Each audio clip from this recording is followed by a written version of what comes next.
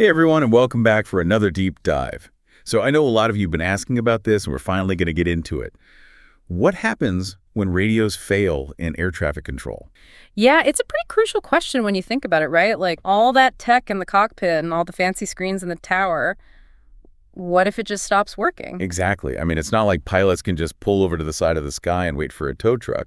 So today, we're going to unpack a communication tool that's surprisingly low-tech but incredibly important: the light gun. Yeah, the light gun. It's like this almost forgotten piece of equipment, but it plays a huge role in keeping things safe, especially when things go wrong. Okay, so before we even get to the light gun itself, let's just set the scene, right?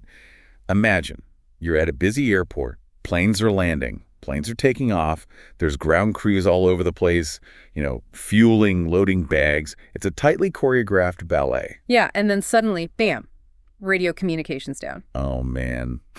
I can already picture the chaos. It wouldn't be pretty, but that's exactly when the light gun steps in. Okay, so what does this light gun thing even look like? Is it some giant spotlight on the control tower or something? Not quite. It's actually it's a handheld device, almost like like a big flashlight, I guess, but it's way more powerful than your average flashlight. I mean, we're talking strong enough to be seen in broad daylight. Wow, okay, so it's like a super-powered flashlight.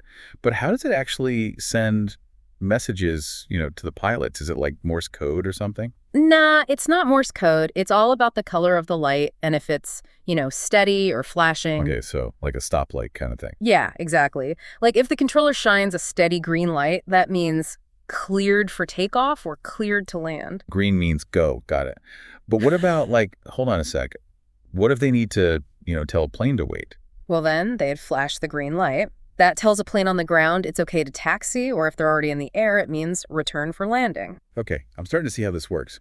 Green's for go, flashing green's like a go, but be careful, sort of. You got it. Now let's talk about red. Okay, red. I bet that's not good news. If you're a ground vehicle, steady red means stop, plain and simple. But for a plane up in the air, it means hold your position, circle around for a bit. So red's like pause, but not necessarily a hard stop in the air. Right, because you can't exactly slam on the brakes up there. Okay, that makes sense.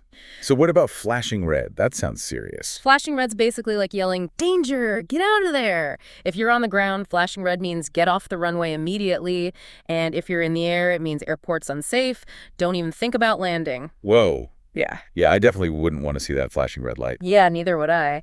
But look, the point is there's a whole language built into these signals, right? And it has to be crystal clear because lives are on the line. Absolutely.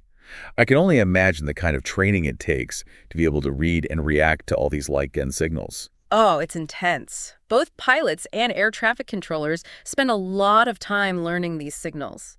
They drill it into their heads until it becomes second nature. When it comes to emergencies, you can't afford to hesitate. Yeah, every second counts. And it's amazing how this relatively simple system is still used today. I mean, we're in the age of GPS and all this advanced technology, but the light gun is still a vital backup. It really goes to show sometimes the old ways are the best ways. It's like that saying, hope for the best, prepare for the worst. And the light gun, it's the ultimate backup plan in aviation. Totally. It makes you wonder, what other industries could benefit from something like this? A simple, low-tech backup for when technology fails. The possibilities are pretty interesting when you think about it. It just goes to show, sometimes the simplest solutions are the most effective. So next time you're at the airport, take a moment to appreciate that little light gun sitting in the control tower. It might not be flashy, but it's a lifeline when all else fails. Yeah. Thanks for joining us on this deep dive into the world of air traffic control light guns. Catch you next time. See ya.